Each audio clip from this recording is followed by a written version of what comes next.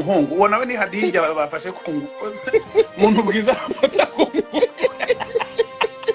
ubuntu bwiza afata kungu tuvugana n'akaryo kugira ngo ndusheho kumererwa neza imirimo yanjye ashimwe n'Uwiteka. Cyokora Bruce kankubwira ino minsi umupfumu wawe asigaye akora wa mupfumu bavuze uramufite pe wakaboneka uzi kuyoboye Kenya mu minsi 3 nagiye guteza akavuyo nari nayiyobora se uracyakora ahubwo tugiri hano abantu bagihari bose ndashaka gutumira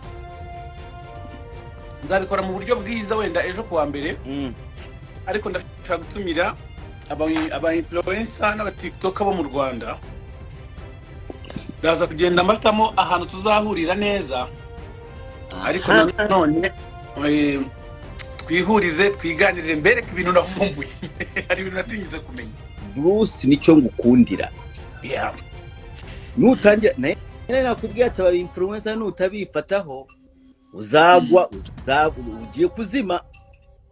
Cicika ikibazo cyawe hari abafite ibitabarika ceceka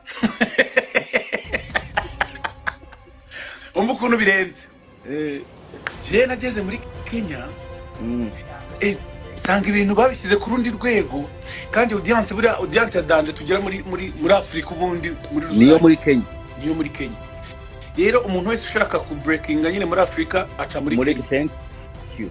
Niyo mpamvu mwabonye niruka nkajyayo ariko no mu Misiri ndashaka kujya Uganda. Abantu muri Canada mutari gutabira Canada turagutegereje none bivuze ikibazo ngira gikomeye muri Dumba ntinyi indege urumva hari agakobwa nguteguriye Edmonton hari akandi kari Toronto sha karaduzasukera muhungu wanjye ubabwire ko abo bakobwa basubiza amaguru yabo gutse urumva akuzi erega Katarina yarakwihanganiye yarabirangije Katarina yarabirangije ikintu cyonyine twavugana ni amafaranga Katarina yaravuga ati zana amafaranga icyo ushaka ugikore oya ahubwo yaravuze ati ngwino hano wicara utuze aba bakobwa n'umundi bakurira ibiceri urumva Queen ni ariko ndabemera Queen ni Katarina Katarina hariho hose niba umbona Dumba ndagusuje ndakunda cyane none se Dumba ufite n'umugore wasabe ndamusuza nawe ndamukunda cyane agiye kuzana amatiku mu bintu oya ndimo ndasuhuza abantu abagore b'inshuti zanjye abagore b'inshuti zawe nawe tuzo wa mugore mwatandukanye hari igikobwa mari nijoro cyamamagaye kintu ushaka kuba warababaye mani ibintu byo kudivorcana nabibonye nta muntu nabyifuriza ndi umuntu ubabaye warababaye urabiduhisha ukajya uza hano ukisetsa ukazunguza ikibuno ukarerehembura uribuka kera nzunguza ikibuno mu modoka warabiretse yabaga ari depress uravugisha ukuri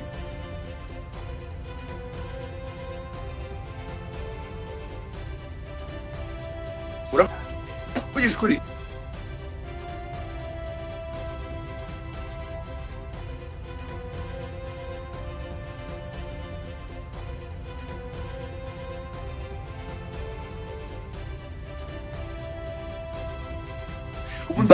Banyarwandakazi reka mbabwire Banyarwandakazi Bruce Melody muri New York nahangaha ni isaha 2 arambwira ati Dumba ndaje kukureba tegura n'iki nditegura mfata inzu n'iki uzi ko umuhungu agiye kuza njya kubona rankapiza iminsi 2 inyuma y'icyumweru numva ngo yibagishije ariko bro ubwo sari wowe ninda urumva icyari ngombwa cyane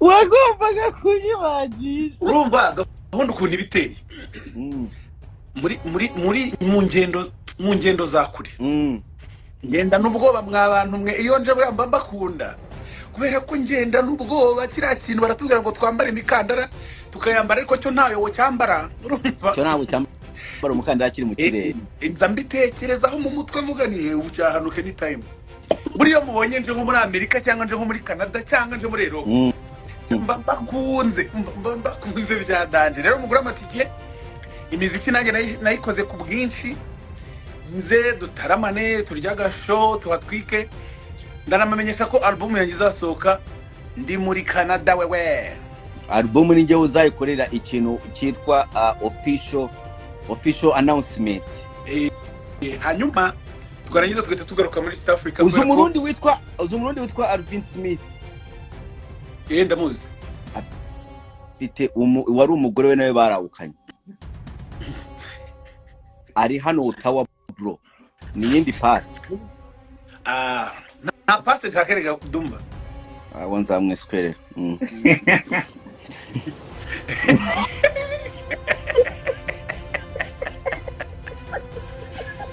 Donese iyo foto bimeze bite iyo foto irimo irakora ibintu bro njye narumiwe me iyo foto irimo irakora ibintu iri gukora ibintu bya danje noneho hari ingoma yindi nabapangiye ubona ifite bore ebyiri zo gusohoka kandi zose zigomba gusohoka urumva izasohoka ndi muri Canada nyuma y'agato ndi kuri album hagati abantu bari muri comment baze kuturabura hagati indirimbo nakoranye na Black Diamond sama yumu uti n'indirimbo nakoranye na gahondebera nk'uyu musazi ngo turashaka inda yacu uje utangiye kubroka abantu oya barashaka inda yabo barayinde ariko barambwiye ngo abantu ngo ntibagishije naho naje bakunda ngo hitira shira ngo barashaka inda yacu Ereginda iyo ndasi yawe wenyine Kiduma yibuze nibwo yamenye neza ibintu akina nabyo yabaye property y'Abanyarwanda bro reka ndi kurya kugira ngo bidapfa naraye nabi ziko we nakasuku nta na rimwe mujya muvuga mutari ko murarya oya Yesu uri murarya iki urumva kwera ko mba naraye nabi mba natumyeho ibintu by'ubwoko bwose reka kurabura urabona katirebe kamera nano bahindukiye nahabona urabona hano iya ninguru kandi usiri ingurube ikure mute muri pubeye ego kanda agaskeba nukuvuga ngo iyo bimwe byanze turya ibindi ariko ko Kigali riratafite amafaranga gute se iyo uzo kumuskwera yakwishuriye kubagisha inda uko buri murarya nk'ibyo azishura yandi arakamuciti nyuma yana azishura yandi none se ko Kigali ikintu cyamuzanye mu muziki kwishura fakire n'ukwishyura urumva nanjye ikintu cyanzanye mu muziki ni ukuririmba indirimbo sinzi sohora urazisohora video urazishutinga promotion nk'ubu navuye muri Kenya mu gitondo mpita mfatira zitana hano Rusizi no kuvuga ngo nk'ubu aho nzafatira uburiri nitonze wenda nko kuwa nk'umunsi wo kuwa mbere buri ubundi nzabwica Dumba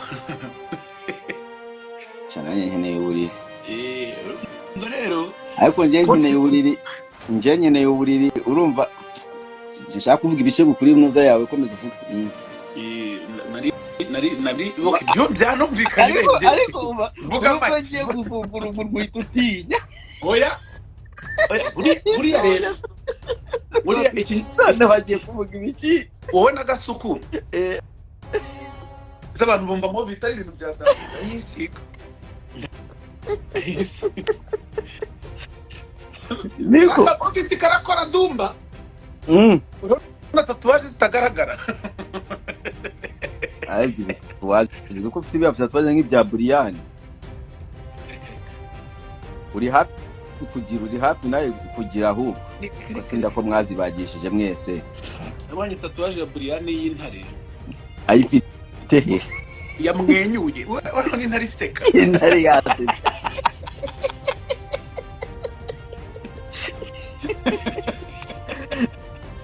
nari ndi kuvuga ku ndirimbo ya Black Diamond na Joe Boy.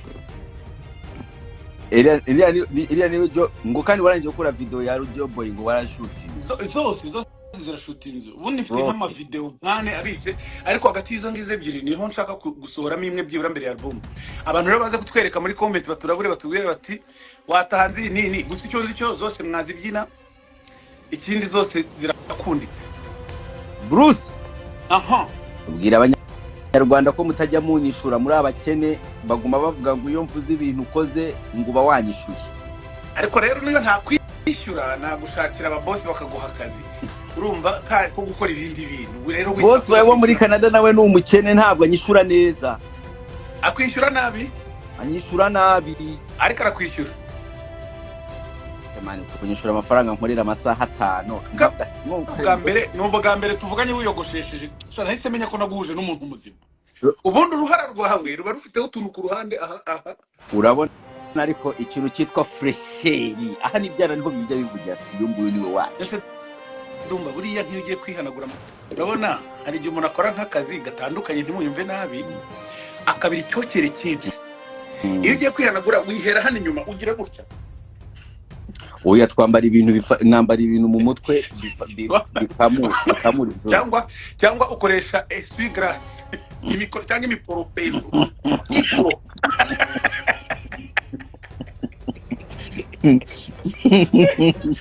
Buriya kuko mu kamaro k'imisatsi harimo n'ibintu byo gufata utuntu tw'utwukire tugenda tumanuka twuya. Wowe urashoka igihe bafite essuie-glace bafite wipers ariko naho ubundi rero ikintu cyatuzanye hano ni ugushaka uburyo abantu muri Canada ushaka kurya abantu muri Canada baza mu bitaramo tubafitiye kandi Dumba ngiye noneho nafashe umwanzuro ukomeye.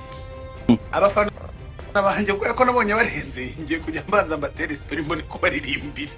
Wowe gushora guti kwibagirwa kuririmba uko nkuzi nate stories wate story ushobora kwibagirwa kuririmba twiganirira se one on one ibiroro ariko tukuganiriza abantu mu ruhame. Harimo n'abantu nabo bahita batanga ibitekerezo. Ariko abantu bo muri Canada baratuje bashobora kubikunda niho nawe uba bashobora kubikunda ni kwa kundi byo abantu batuje nkawe. Ngenda tuje bro biragaragara. Dumba tuje wagiye ubwira abantu ko ntuje waruntu. Aratuje nkuko mumureba rwose. Aratuje cyane. Ndatuje ako bro nk'ubu ngubu wavuga ko ngiye nkora iki cyo umuntu yavuga ngo Dumba ni umusazi. Ni iki tudakora cy'abasazi? Abasazi buriya ntibabara ko hari abantu nyine bataha hari amagambo badatinya gukoresha abasazi nyine ko ntabwo baba ari cyane.